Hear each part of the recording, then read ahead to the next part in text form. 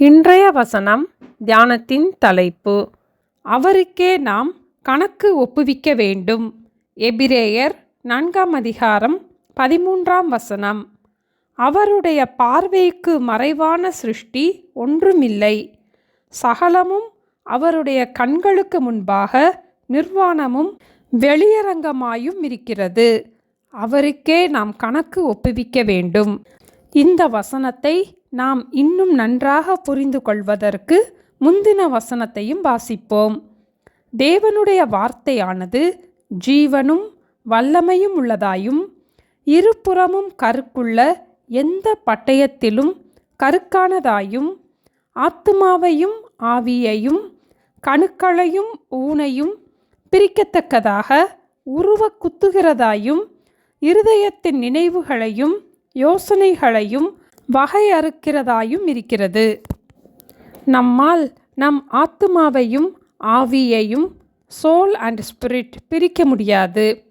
நம்முடைய மூட்டின் எலும்பில் உள்ள கணுக்களும் ஊனும் சேர்ந்து இருக்கக்கூடியது, அதாவது போன் ஜாயிண்ட்ஸ் அண்ட் மேரோ. நாம் சாதாரணமாக உபயோகிக்கிற பட்டயம் ஒரு பக்கத்தில் தான் வெட்டக்கூடியது.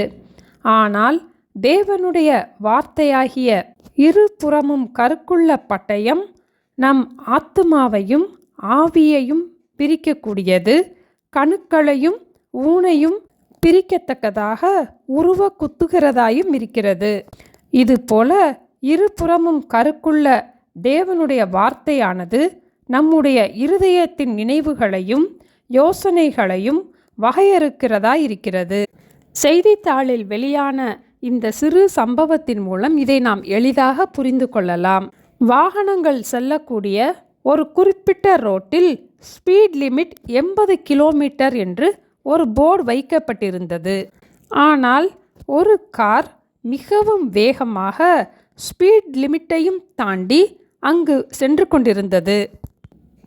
80 கிலோமீட்டர் ஸ்பீட் லிமிட்டையும் தாண்டி வேகமாக சென்றதால் அங்கிருந்த டிராஃபிக் போலீஸ் அந்த காரை நிறுத்தினார். உடனே அந்த கார் டிரைவர், நான் ஒழுங்காகத்தானே போகிறேன் என்றார்.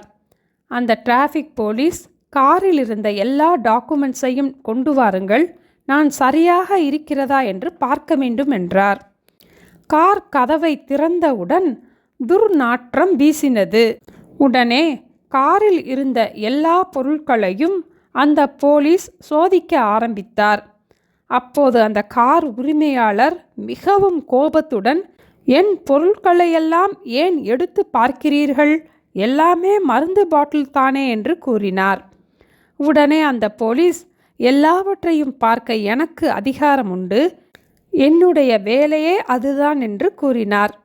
பின் 2 பெரிய அட்டை டப்பாவில் ட்ரக்ஸ் ஒன்லி, மருந்துகள் மட்டும் என்ற வாசகம் இருந்தது. அதை உள்ளே திறந்து பார்த்தபோது அந்த டப்பா முழுவதும் சட்டப்படி உபயோகிக்கக்கூடாத போதைப் பொருட்களால் நிரம்பியிருந்தது. டப்பாவின் வெளியே மருந்து என்று குறிப்பிட்டிருந்தாலும் உள்ளே போதைப் பொருட்கள் இருந்தது. எல்லாவற்றையும் முழுவதுமாக எடுத்து சோதிக்க ஆரம்பித்தார்கள். இந்த கார் உரிமையாளருக்கு அந்த பொருட்களில் ஒன்றையாகிலும் அந்த டிராஃபிக் போலீஸுக்கு மறைத்து வைக்க முடியவில்லை. இது போலவே நம்முடைய இருதயத்தின் நினைவுகளையும் நம்முடைய பாவங்களையும் நாம் ஆண்டவருக்கு மறைத்து வைக்க முடியாது.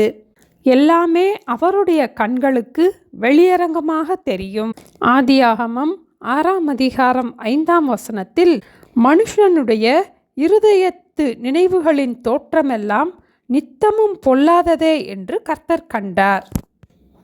தாவீது கூட சாலமோனை பார்த்து, என் குமாரனாகிய சாலமோனே, நீ உன் பிதாவின் தேவனை அறிந்து அவரை உத்தம இருதயத்தோடும் உற்சாக மனதோடும் சேவி.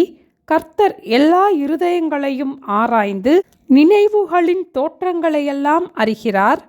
நீ அவரை தேடினால் உனக்கு தென்படுவார் என்று கூறினதை 1 நாளாகமம் 28 நாம் வாசிக்கிறோம். ஏசப்பா, என்னுடைய இருதயத்தில் உள்ள தேவையில்லாத நினைவுகளை உங்கள் இரத்தத்தினால் கழுவி என்னை பரிசுத்தமாக்கும் என்று ஜெபிக்கும் போது இயேசு கிறிஸ்துவின் இரத்தம் சகல பாவங்களையும் நீக்கி நம்மை சுத்திகரிக்கும். நமக்கு பாவமில்லை என்போமானால் நம்மை நாமே வஞ்சிக்கிறவர்களாயிருப்போம். சத்தியம் நமக்குள் இராது. நம்முடைய பாவங்களை நாம் அறிக்கையிட்டால் பாவங்களை நமக்கு மன்னித்து எல்லா அநியாயத்தையும் நீக்கி நம்மை சுத்திகரிப்பதற்கு அவர் உண்மையும் நீதியும் உள்ளவராய் இருக்கிறார் என்று 1 யோவான் 1 நாம் வாசிக்கிறோம். நம்முடைய பாவங்களை இயேசுவிடம் அறிக்கை செய்து அதை விட்டுவிடும் போது நம்முடைய பாவம் மூடப்படுகிறது. நாம் தேவனுடைய இரக்கத்தையும் பெற்றுக்கொள்கிறோம். எவனுடைய பாவம் மூடப்பட்டதோ அவன் பாக்கியவான் என்று தாவீதும் 32ஆம் சங்கீதத்தில் கூறினார். இந்த வசனத்தை மீண்டும் நாம் வாசிக்கும் போது எளிதாக புரிந்து கொள்வோம்.